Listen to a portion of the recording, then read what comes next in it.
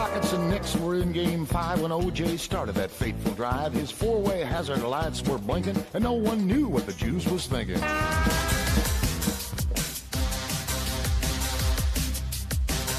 I've been to Reno, Chicago, Fargo, Minnesota, Buffalo, Toronto, Winslow, Sarasota, Wichita, Tulsa, Ottawa, Oklahoma, Tampa, Panama, Mattawa, La Paloma, Bangor, Baltimore, Salvador, Amarillo, Tocopilla, Barranquilla, and Padilla. I'm a killer. I've been everywhere, man. I've been everywhere, man.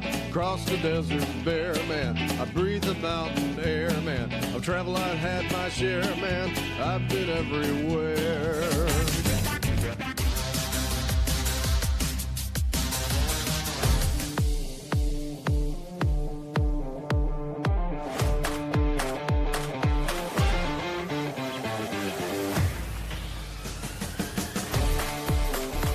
This is Oversight Live, your advocate for good governance. We're putting the site back in. Oversight. Here's the watcher on the wall, your host, Ben Carpenter.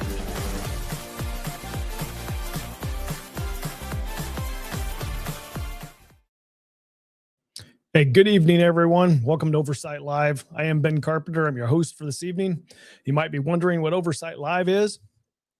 Well, Oversight Live is my attempt to translate my experience as a legislator, state legislator for a number of years down in Juneau, 6 to be exact, to help people understand what's going on within their government, to provide better oversight. My focus is usually on the legislature down in Juneau. I say usually because we're going to talk about something a little different tonight, and I'll get in that in a minute, but my focus is down in Juneau because it's hard to get there. we can only fly or take a ferry. And so providing oversight of our government is more difficult for us than it is for other Americans in their own home states, with maybe the exception of Hawaii. Hawaii's got a similar challenge. But what I recognize is that technology gives us the opportunity to bring information to us, but sometimes the context is a little hard to understand what's going on. Well, that's where I come in.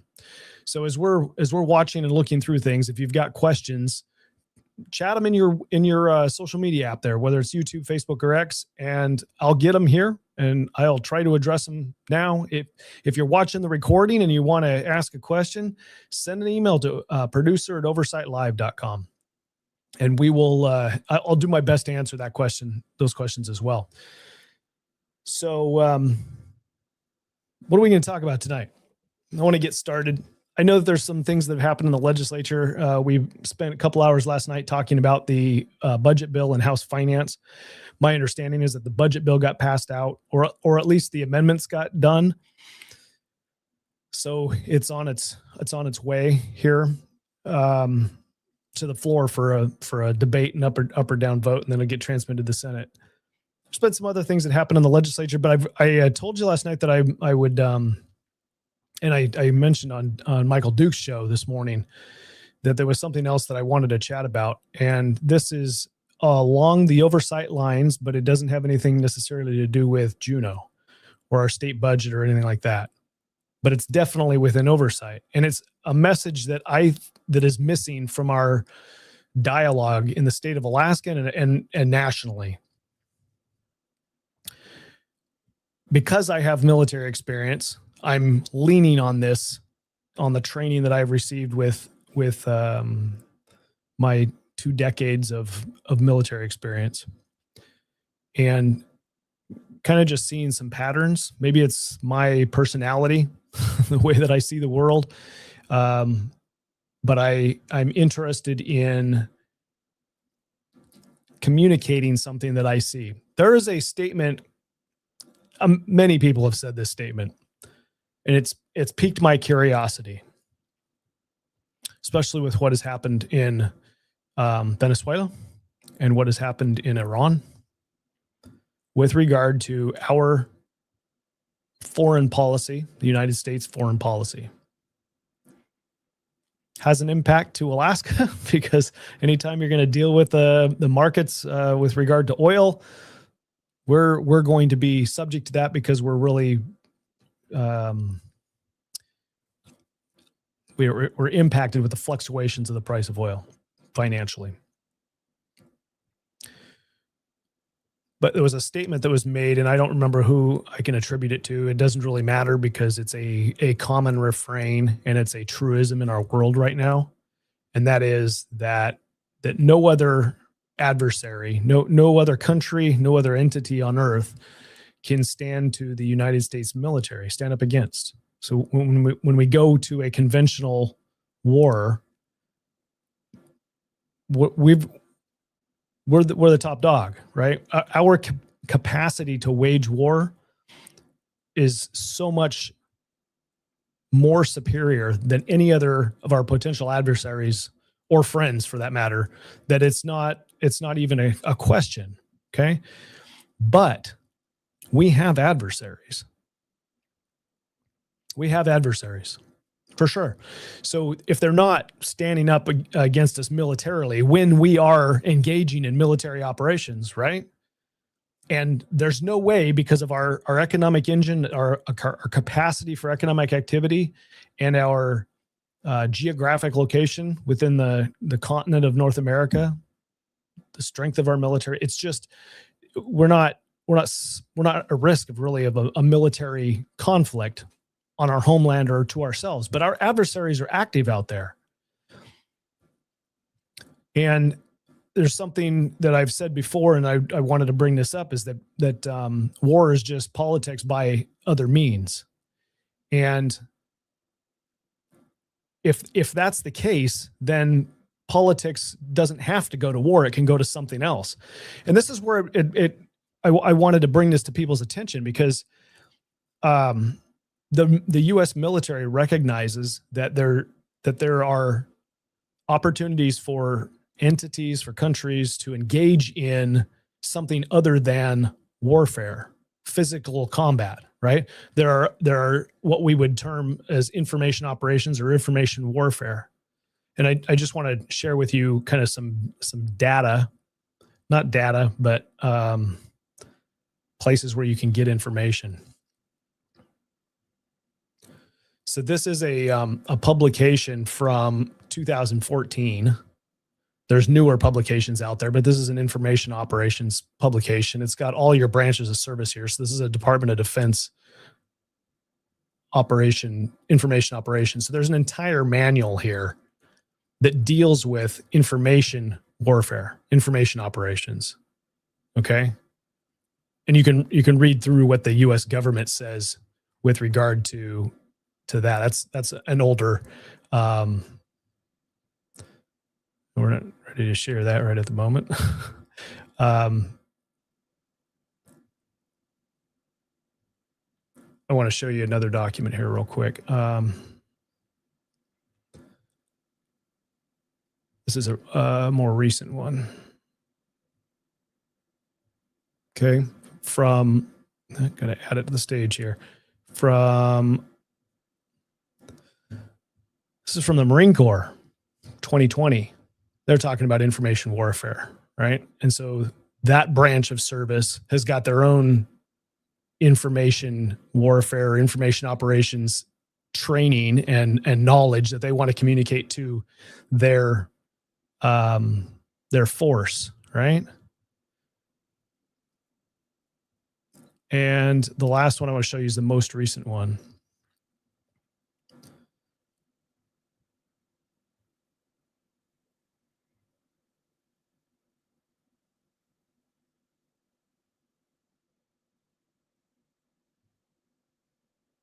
Okay.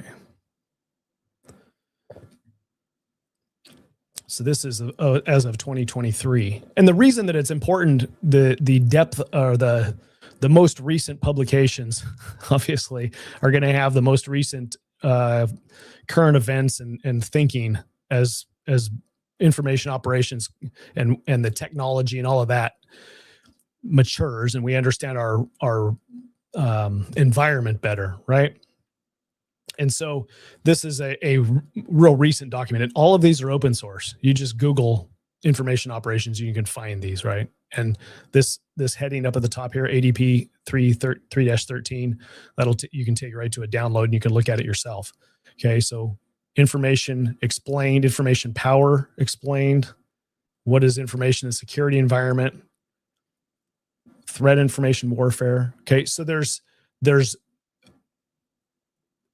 our military knows and understands that there is something other than kinetic war or physical war fighting that is going on in our space, right? But I don't think Americans are thinking about that in terms of what's happening in our country. And I just want to draw to your attention for a second. Let me move this off the screen here. Just think about what has happened over the last decade or so, okay? Every time we turn around, there's something going on in our country. There's something that is attempting to divide us and capture our attention and whatever. Just, it's constant. As soon as one thing's done, we go on to the other. So we got Epstein, right? We've got this Green New Deal that seems to have disappeared. It was important for several years, and now you hear nothing about it, right?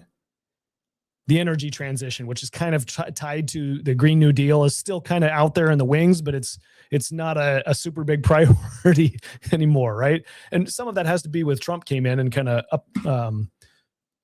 upset the pathway, so to speak. Climate change. This was preceding those two things regarding Green New Deal and energy change, right? There's this undercurrent of we're all going to die if we don't address the worldwide climate change, and what does that mean for the rest of us, right? Yeah, Christopher, this is what I want to speak to. Thank you for participating, because that's as much as what most people think. And honestly, this is what I'm thinking. I'm just thinking, this is crazy. What the heck is going on? And I'm not really thinking much about it. It's just a crazy world out there. That's what it is. Okay. But it's more than that. It's more than that. When I'm in the legislature, somebody comes and says, hey, we need to have this bill. It happens to be the governor's bill. So the governor says, hey, we need to have this bill passed. It's going to allow us to put carbon dioxide in the ground and create carbon sequestration. And I'm like, huh? Why are we wanting to do that? That sounds dumb. Like, let's explore this just a little bit, because I need to understand why our governor is asking for us to do something that seems like it's no nonsense. There's no value add. There's no, it doesn't make sense to me. Come to find out, companies all across the world, all around the world, are having a hard time finding investment income, investment money for capital growth, because the large players, BlackRock and others, the large players have requirements for people who want to loan money have money loaned to them to control their carbon footprint, to minimize or reduce their carbon footprint. Okay, so this is kind of a push. Another thing that we hear about, and it has cropped up and then wave has kind of died down just a little bit, but it's still out there, is DEI. Okay.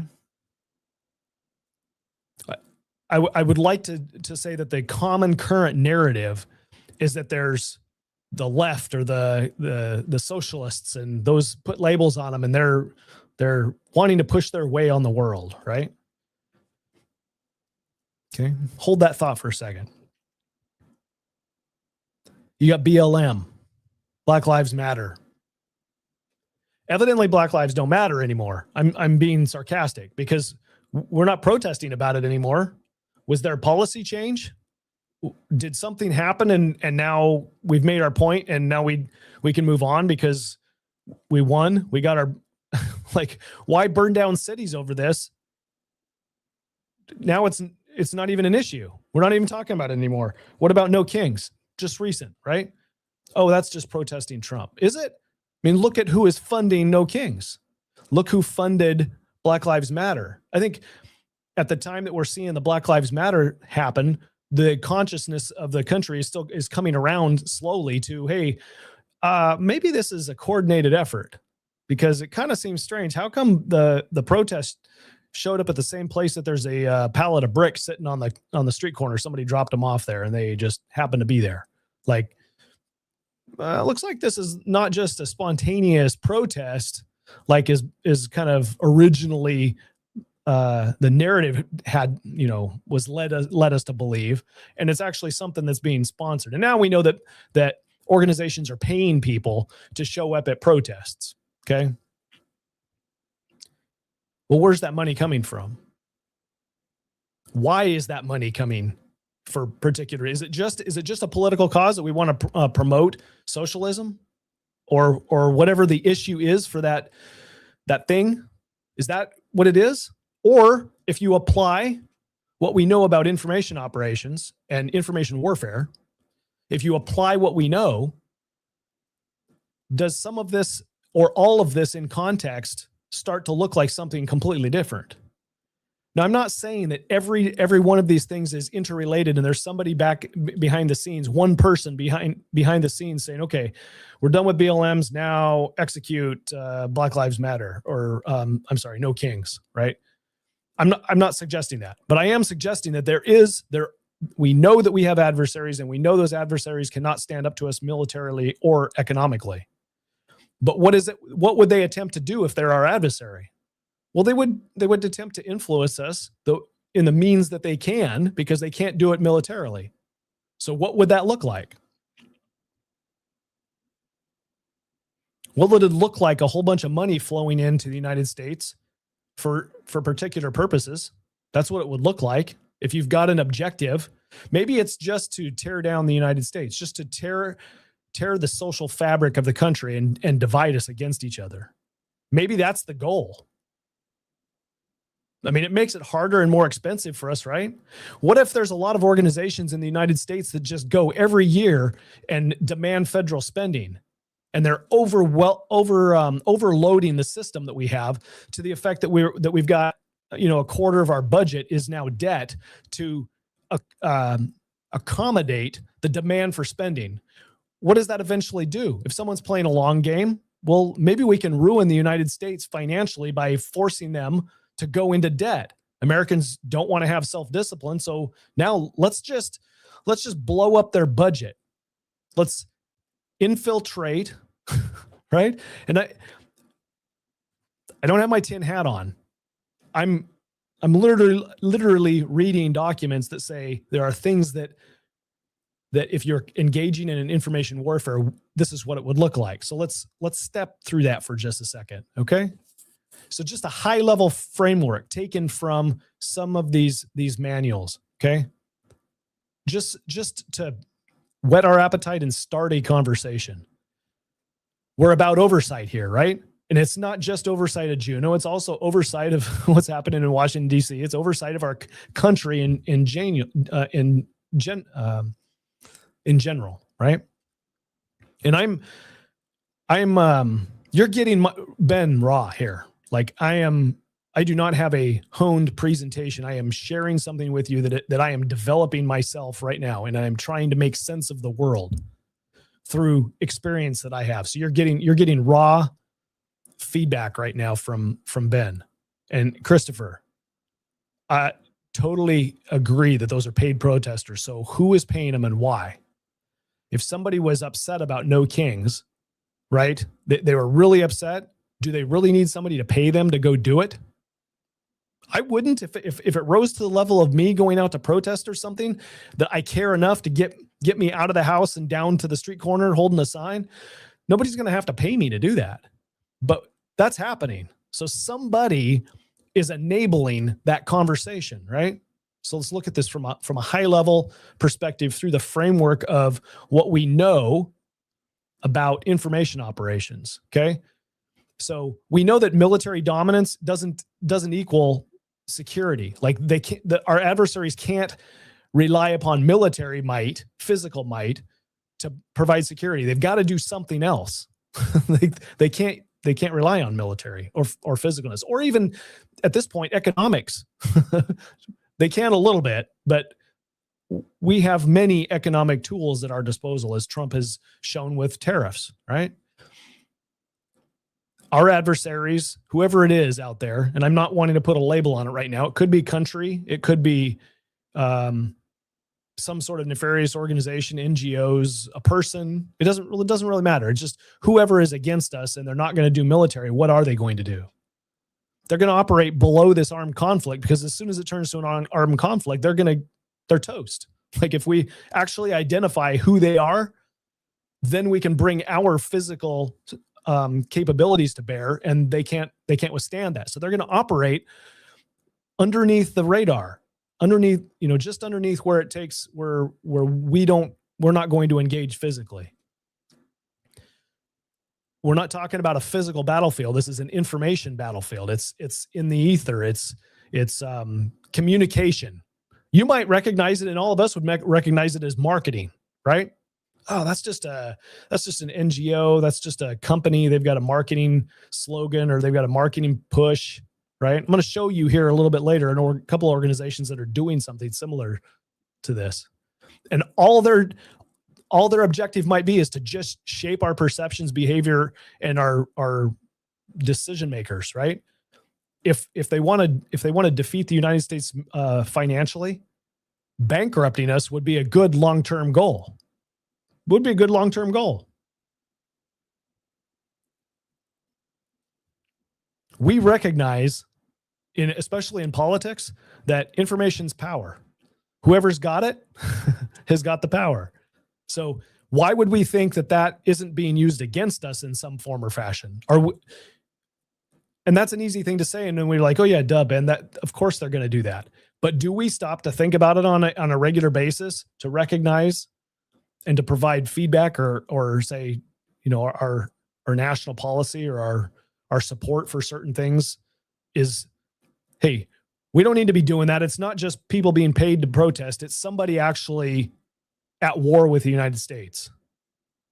Like that's not the conversation that we normally have. The level of oversight that we're providing of our government is not recognizing the conflict that's happening as an information war campaign. I think there's very high risk, very high odds that is what's occurring. We can point the finger at Soros, George Soros and the Soros clan and all of the Tides Foundation and all of those organizations that are working in concert for particular things, and we can just chalk it up to, oh, well, that's their political environment. That's not what's happening. There are people that are working together to bring down the United States. They're affecting our mind. They're affecting our decision-making and then this piece there that operates continuously. That is why after we get done with no kings, there's going to be something else. There's going to be something else to protest in the streets and to keep people riled up for reasons that may not be clear to us. Maybe it's just to be able to say, you know what? We know where people are. We know where their email addresses are. We know where their phone numbers are. These are our henchmen. They're our workers. And we're going to keep tabs on them for the next election so that we've got people that can go out and wave signs. Maybe that's all it is. Or it could be that they're wanting to sow divisions within the United States, which is happening right now. We're tearing ourselves apart over stupid stuff. So if you're an adversary of the United States and you're engaging in an information campaign, an information war campaign, you're wanting to undermine trust in ourselves, in our institutions. Is that not what's happening in our government? I mean, I can add to the list this whole COVID thing. Huge. The response to that. Trust in our institutions is probably at an all-time low right now. Who goes to the doctor, and when the doctor says something and you're like, yeah, well, I don't know if I agree with that. Just a couple of years ago, you were telling me I had to get a shot to save my life. Do I really agree with what you're saying now? Like the medical community, am I the only one that's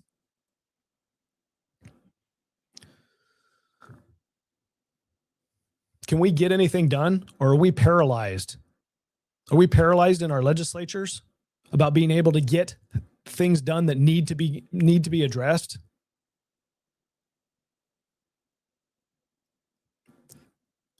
Is our behavior being modified throughout the United States at scale. When I say at scale, I mean at large populations. There's undoubtedly been a shift in our in our population over the last couple decades, right? There's unquestionably we have shifted. I guess one of the other things you could say is that open borders would be another one of those things where it doesn't necessarily have to be a Biden idea.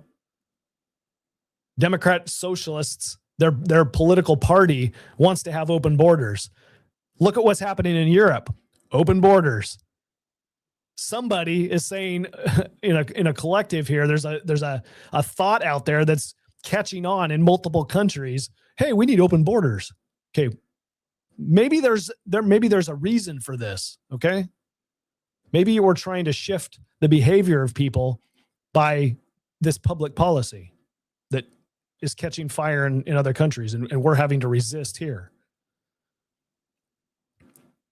So if you're part of that organization, and I'm just, if I've got my tinfoil hat on and I'm just thinking out there about what an adversary would look like and what would they be doing, they'd be building networks and infrastructure and things to enable their activities, right? They'd be concealing themselves and their true intent, because if that became known, then you'd become a target. Shaping perceptions, degrading trust. These are things that would be your goals. And it seems to be that that's exactly what's happening in the United States.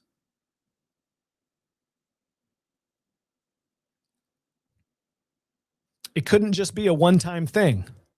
One-time thing is chalked up to crazy people, and then we ignore it. We move on to the next thing, right? It's got to be persistent. That campaign to influence, it's got to be a long-term goal. You got to play the long game.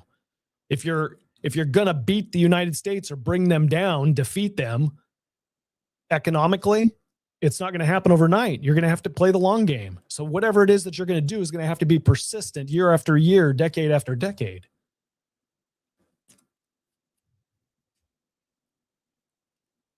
You got to be able to maintain this secrecy, because you got to it's plausible deniability, right? I'm not sure that's crazy talk.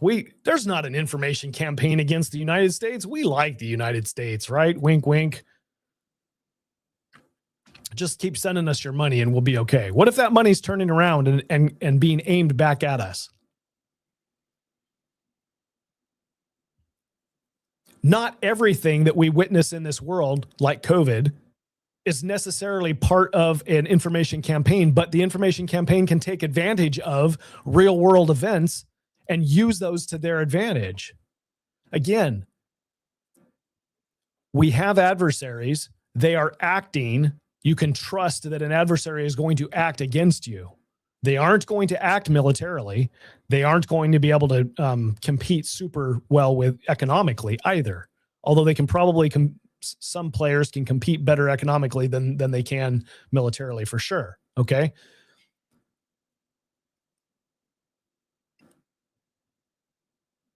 Taking advantage, never letting a crisis go to waste, taking advantage of real world events and being ready, having infrastructure and people in place to be able to jump on something at a short notice, to take advantage of this, to sow distrust and confusion and all of that kind of thing that we see happening in our country.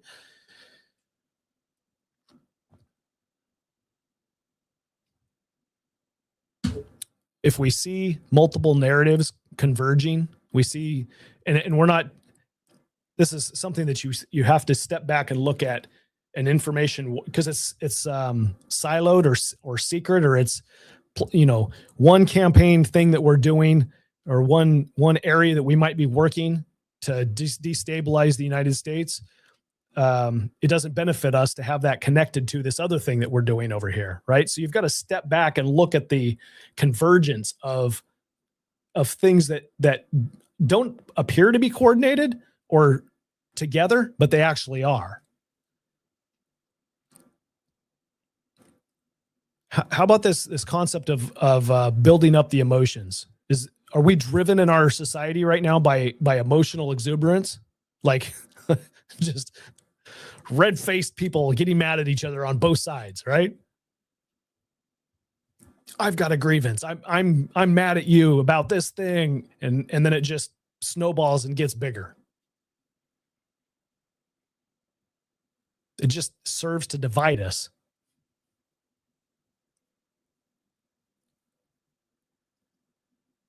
Again, going back to the concept of the taking advantage of real world events. What happens when a hurricane comes through? You can guarantee that people are going to get sued, and you can guarantee that somebody's going to claim that the federal government's not responding to something quick enough, blah, blah, blah, blah, blah. And then there's the news articles, and there's nonprofits that are putting out statements, and there's all of the things that are going on in social media, and social media is exacerbating the problem here and amplifying the message, the counter message here that's being sent out, right? How much of what comes across social media is actually true? Very low percentage, I would guess. False dichotomies or false narratives and polarizing people. These are all things that you would find in our military manuals on information operations. Look at it from the other perspective. If the United States was going to attempt to destabilize an organization or a country, these are some of the things that we would covertly start doing to them. Get their people to buck their systems and see their government as delegitimate, or delegitimize their government, right?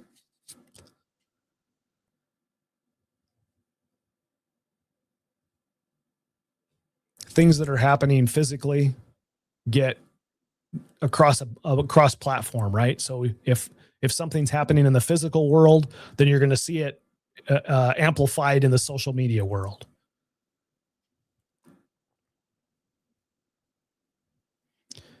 Here's the thing.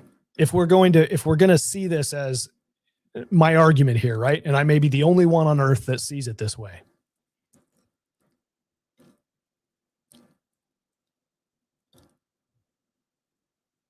What we're needing to do to provide correct oversight is identify what the actual problem is. So it's not on a case-by-case basis looking at, well, is this incident true or false? That's not what's happening.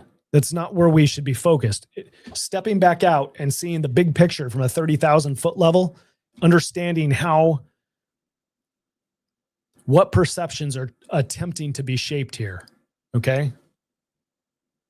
If we're noticing where things are being amplified and what messages are being amplified, then that helps us understand what our adversary wants us to, how they want us to be impacted.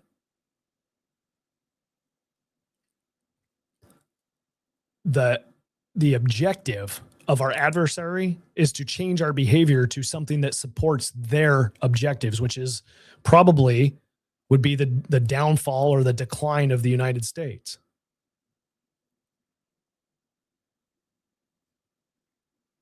So if we're providing oversight and we're confirming or denying that there's an information war going on, or if something that we're seeing is actually that, we're not focused on the specific. We're not looking at individual posts. We're looking for patterns of posts, of patterns of activity.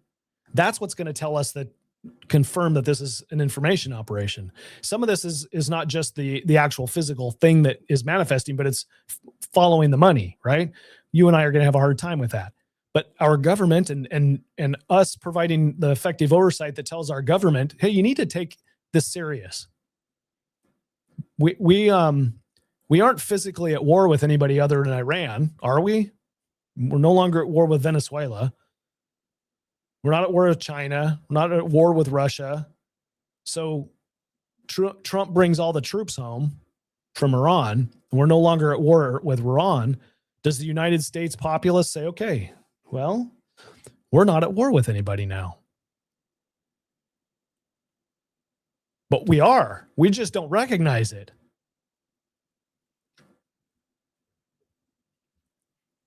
What are the effects that the opposition, our opponent, or the people that want us to change our behavior? What is it that they're trying to get? What is the behavioral effect that they're trying to get from us? This will make sense in a second when I show you this.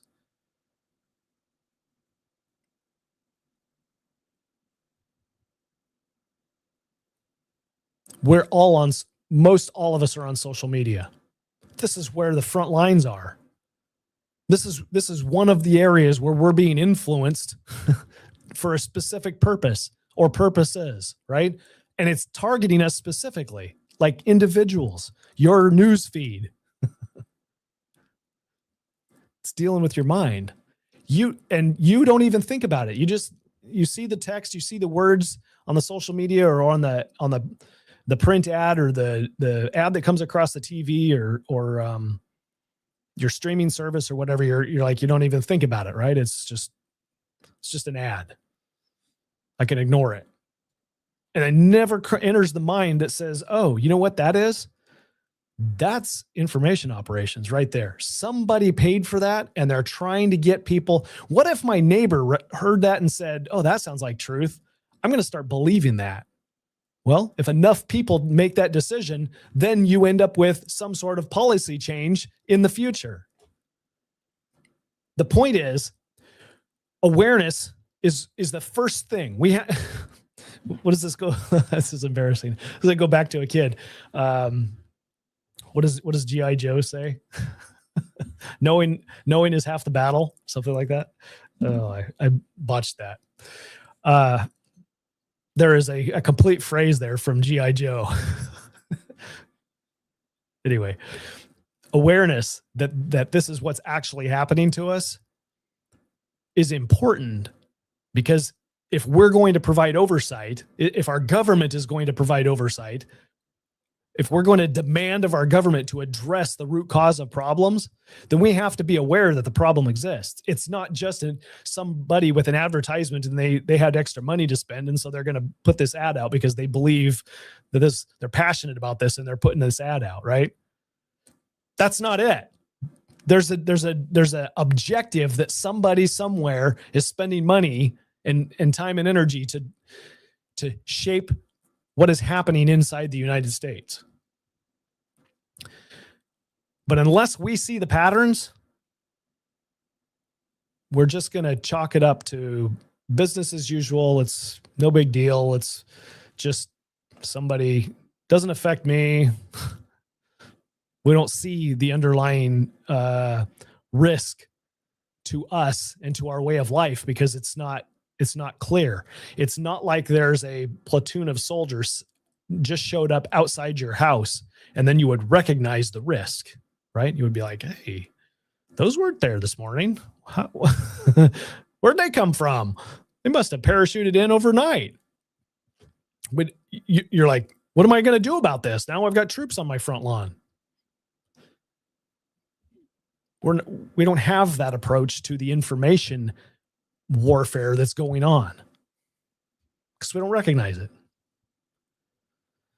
Okay, so I took a quick snapshot of my social media feed. Anybody else see this come across? Looks kind of, it looks, it says economist, impact. Those are strong words. It looks trustworthy and truthful. We combine think tank, rigor, and that should give you a clue because they put an OU in rigor. Media brand creativity, global influence, catalyze growth and change the world, right? Well, it's coming out of London. You go through there, you just search for them, and this is London. Putting ads on social media to influence. What is it that they're showing us? Okay. Well, these are their ads. And you could chalk this up to just being the greenies, the global warming, climate change people who are wanting to see energy transition. You could just chalk it up to that. But here's the thing. What does energy transition equal in U.S. policy? Energy transition isn't going to happen, and it wasn't going to happen under the Biden administration without federal dollars being spent. So this whole energy transition conversation requires governments, not just the U.S. government, but it requires the policy of governments to spend money to make this happen. Well, in the United States, some of that's tax dollars, but a lot of that's debt. So here's a couple of the screenshots from what this organization is putting out. There's no turning back. The energy transition is an irreversible journey. Got some wind machines there and or wind power generators, right? And it's high level. It's authoritative, right? You can't stop this. We're past the point of no return. We're going to have to continue this energy transition because we're not going to stop it, right? What's the message? Message is, even though we're kind of slowed down, a little bit here because Trump's in office, you can't stop us. We'll be right back here in a couple of years, and this is going to continue. You can't stop it, right? But you go figure out who's actually funding this organization, and there's a whole list of funds. This organization, Economist Impact, is what I would call a mercenary in the information warfare. They're just a marketing agency. They're for hire. Organizations come to them and they create messages that send and influence people, right? So if you're looking at it in an information warfare perspective, and they're the ones that are the experts at shaping public opinion and causing emotions and directional change in populations of the country, they're the mercenary in this informational warfare effort. Investing in the energy transition means positioning nations for their future in geoeconomic and global geopolitical terms. What the heck does that mean? Positioning nations for their, the ad says the climate goals, and then there's more. You can click on it and go. Whatever they're going to need to do with their climate goals is going to require U.S. money to make happen. It's going to require U.S. policy effort.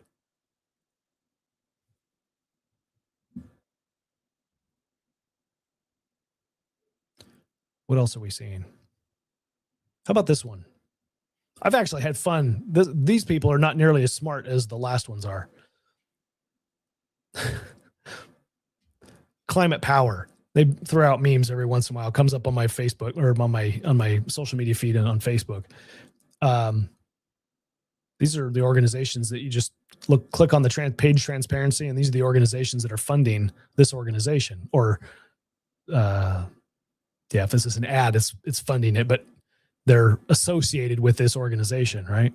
I don't even know where are these all U.S. companies, or are they outside the United States too? I don't know. Here's one of this is just a screenshot of the Facebook profile, right? Trump attacks on the U.S. solar industry result in the loss of more than $4.3 billion in investment. BS. Like, you just throw a statement out there. What does that do? Well, look at this. There's 761 comments, 255 shares.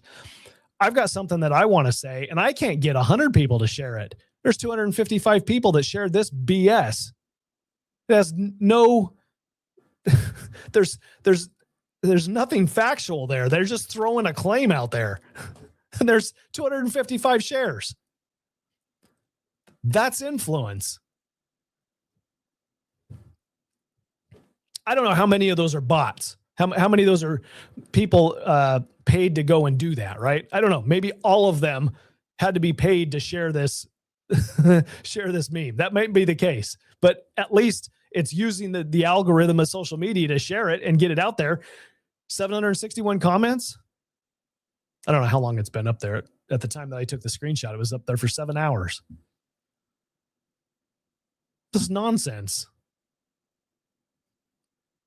People are engaging with it. What's the purpose here? Is the purpose to just keep this climate initiative, the Green New Deal, the energy transition, the socialist agenda? Is it just to keep it alive, kind of on life support while Trump's in office? Or is there underlying thing here that is sowing dissent and disruption within the U.S. economy? I mean, look at what the energy transition has done to Europe. It's thrown it into upheaval with regard to energy availability. Is that what we want as Americans? So whatever has to happen going forward, it requires us to throw our energy situation into disarray. Like, even if you bought into energy transition, wouldn't the energy transition be something that you would want to do and maintain your ability to have energy? I mean, that's not what Europe did. Europe went down this path that just that made it very hard for them to heat their houses. Like, they had crisis. Probably still having crisis. That's not wise, but it's meeting somebody's agenda to reduce the capacity of that nation. I don't know. Maybe I have my tinfoil hat on here.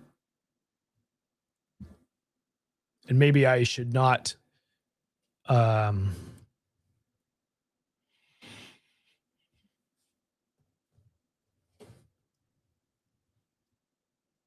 maybe I should not share my raw thoughts with you, but this is what I'm thinking with regard to oversight. Without sounding like a conspiracy nut, without going down the road of, well, you can't prove that. That just sounds crazy. And then people tune you out, because that's not what I want. I'm not interested in people tuning me out. But what's happening in our country, I believe the signs are there for it being deliberate. At least some of the things are deliberate. So what do we do about it? If we're going to apply the concept of oversight, if a bill is going to get passed in the legislature and good oversight is, hey, we need to not let that happen, then recognizing that there is some sort of information battle going on in our country that is destabilizing our country, the response ought to be for us to communicate to our representatives in our government that you need to address this. It isn't a free speech issue if it is somebody from outside the country spending money with a deliberate intention to destabilize our country. It is not free speech at that point. It is warfare. You can come into this country and create your own LLC in this country, but if you're funding yourself from money that's coming from out of the country and you're destabilizing this country, that's warfare.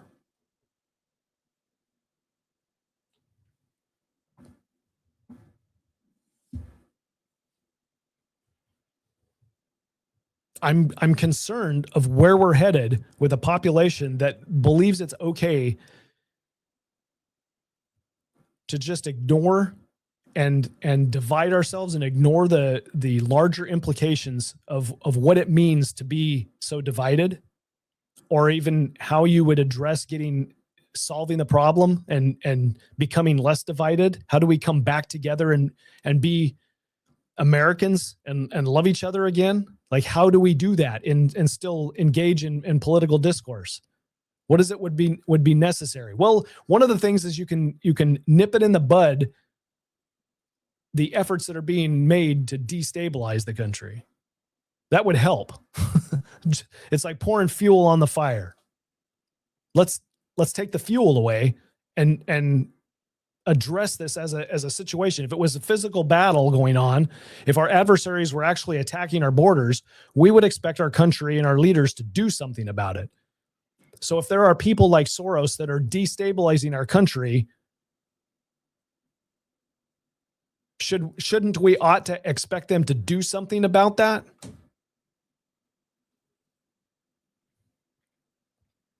Anyway.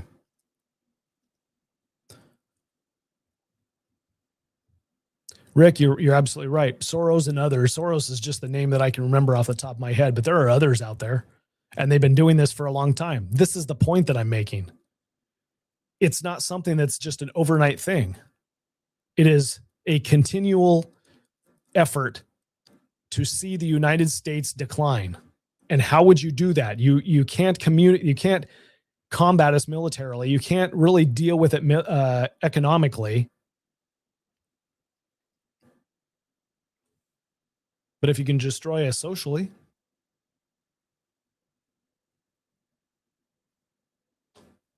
it's a legitimate way to bring down a country. I'm all for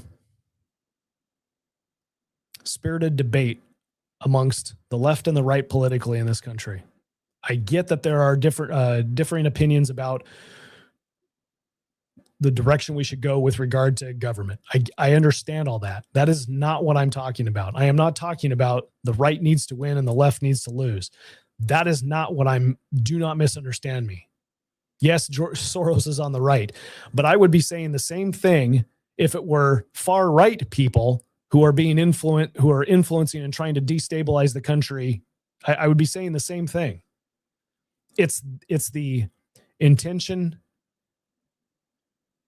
to continue to sow dissent and mistrust within our institutions and our people that is the problem.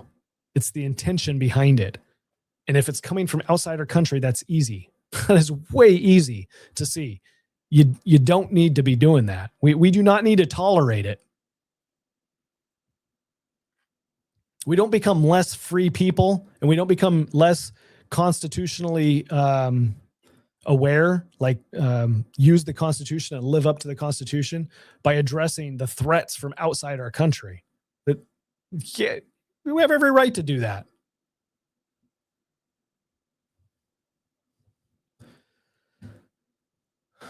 All right. Rick says, I'm right to be concerned. It would be a great question to pose to Nick. Get him on here. We might do that. The last major one I dug into, there were 500 such organizations shoving money into this kind of crap.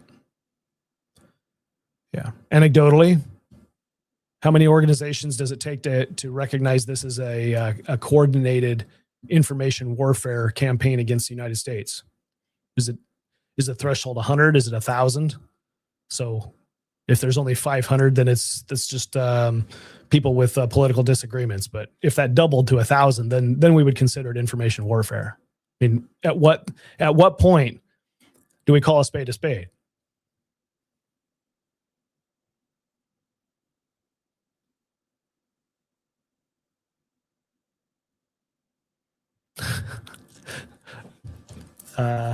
No, UFOs have nothing to do with this, in my opinion. I know that was probably a joking question, right? Yeah, you had an LOL there.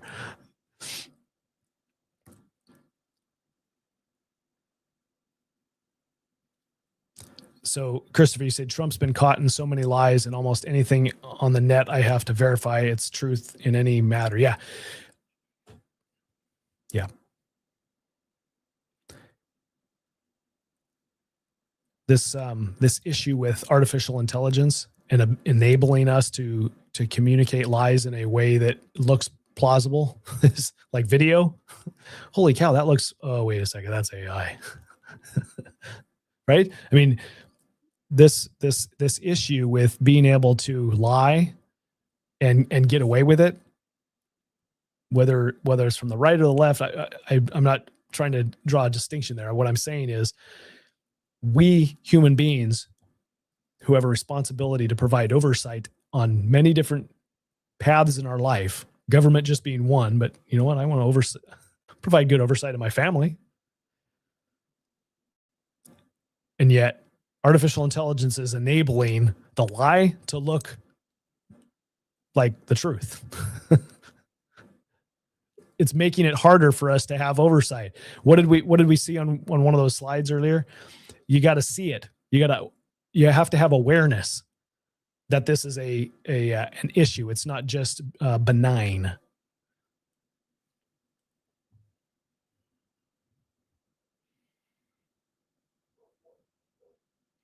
Rick, I'm not sure what you're talking about.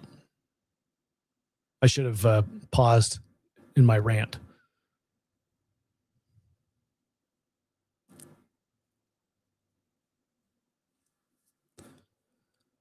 Curriculum. It looks like you guys are having a conversation without me. Curriculum publishers from Deshana. So what are you saying here, Deshana?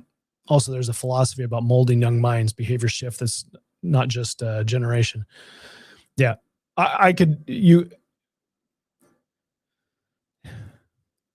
it could be, right? It could be. If you did some investigation and got into the specifics of where money's coming from, where the push for things, it's easy for me to say, hey, this is NEA, or this is some organization within the United States that wants to, it's a left-leaning organization. It's all political, right? I don't know whether that has anything to do with organizations from outside the United States that are trying to dumb down our education system. If I were an adversary of the United States and I took a long-term approach to destroying the United States from within, you better believe I would be targeting the education system. If it took 2 or 3 decades, well, that's what it's going to take.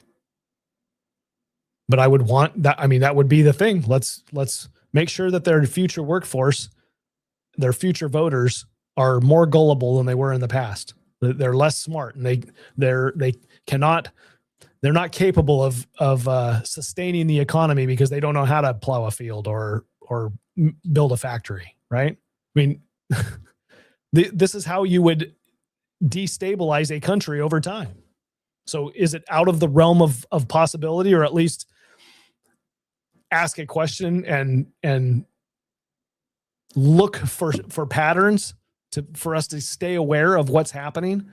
Again, you go back to, you can dismiss this and say, oh yeah, I don't want to be that. I don't want to go down that. This is icky. And I don't want to be thinking of the world in these sense. Right. And then you go back to the fact that we have adversaries. They aren't big like us. They can't stand up to us economically and militarily. So they're going to do something because they're adversaries, right? They're going to do something to influence and impact us. What would that be? What would it look like? Maybe it's our schools. I think us closing our borders was an answer to one of the things. Europe is toast. Thank you, Rick. With their open borders, as they've got a huge problem brewing in their countries. Huge. Social and economic. Huge.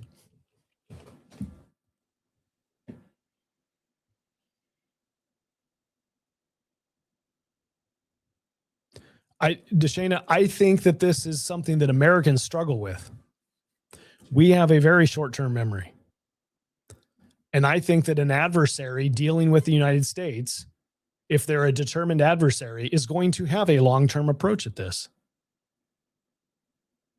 Knowing full well that we're not. It makes it easier for them to engage in whatever their means are, or however they want to engage in their activities. It makes it easier for them over the long run because we're not going to see the pattern. We're not going to understand what's happening to us because we're so short-term thinking. It was BLM. Now it's no kings. Like, oh, okay. Well, whatever's next, that'll be done in 6 months or a year. We don't even recognize what's happening.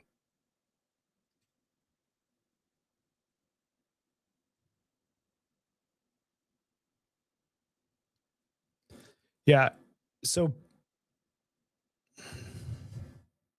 propaganda would be a tool, in my opinion.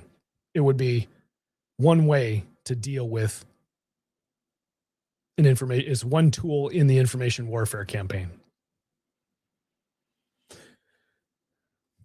Orchestrated division. Yeah, I honestly think, Lynn, that is what we're facing, is a coordinated, orchestrated, deliberate attempt to sow the seeds of division within our country. It is not just, as I've heard some prognosticators and some professors and historians and people are like, we've just never been this divided before. I don't understand. I mean, we've had times where we've been divided in this country, but it's just reached a point where did we really reach this on our own?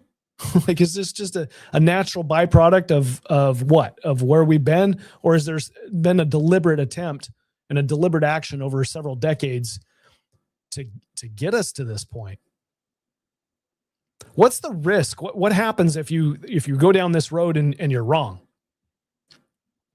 You look like a fool, but you started to ask some questions that might lead you to better answers with regard to why are we fighting each other over stupid stuff. Either way, whether somebody's deliberately doing this or I'm a complete fool and this is just human nature and it's always been this way. And well, at least diving in and asking some questions has given me better understanding and be able to provide better oversight of the debacle that we see going on in the social issues within this country, right? Social and financial, right? It's just complete nonsense that our financial acumen in this country, from the electorate and from people that we send to our legislatures, just completely inadequate. Yeah, Christopher, I didn't even add drugs to my list. We know China has been sending fentanyl over through South America for years, right? I can add drugs to my list. Won't forget that the next time I talk about it. It's like a perfect example of how to divide and destroy a nation from within, right?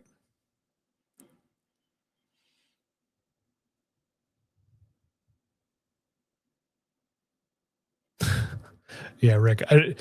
Epstein was on the top of my head just as a list of things that has been dividing the country. Sorry about that. Next time I'll put it at number 2 or 3. Oh my gosh. I've culminated my thought here tonight.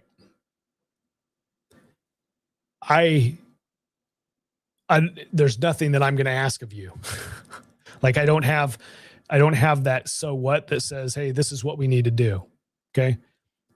Like I said at the beginning, I'm wanting to start a conversation. I'm wanting others to think about this in terms of, is there a coordinated effort driving the things that we see when we step back out and look at the big picture? And if so, what's the right response? Ignoring it is not the right response, in my opinion. But I don't know exactly what the right response is. I think that our federal government, our government has a responsibility to protect the nation. And if somebody is engaging in this type of behavior to destabilize our nation, then the entire nation's national power needs to come to bear on that problem. Just like if it was a physical adversary that is challenging us militarily. I truly believe that because it has the same effect. If they're successful at destabilizing the country, it has the same effect as they come across the border in their tanks and their infantry and bomb our cities, right? If the destruction of our way of life is what we're witnessing right now. I mean, look at the inner cities, not inner cities, but the cities, the left-leaning cities. I mean, I can't believe that this is America now. Like, this is reality for us. It didn't just happen. I have a hard time believing that it just happened.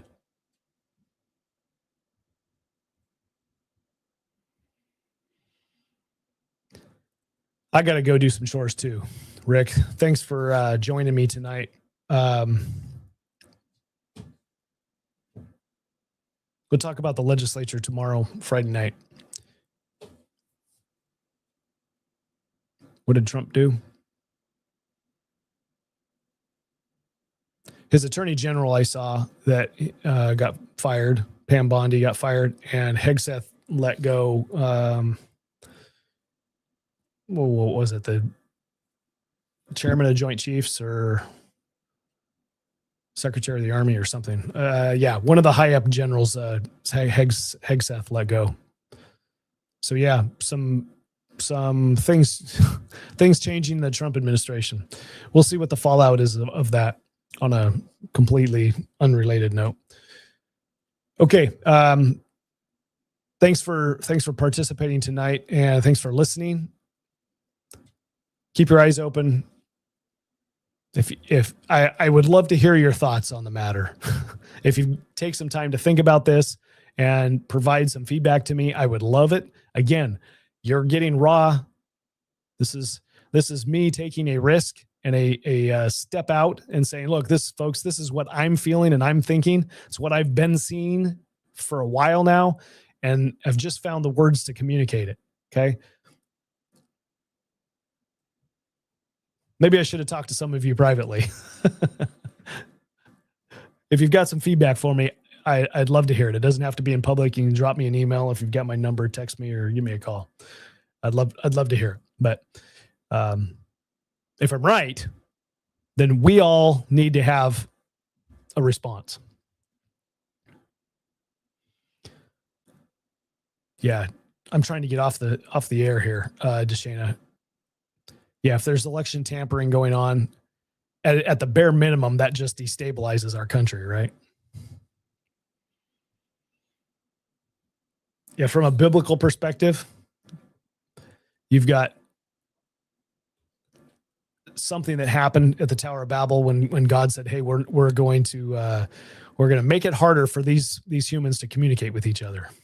I don't know whether that is at play here or not, but we definitely have got a predisposition to be at odds with each other.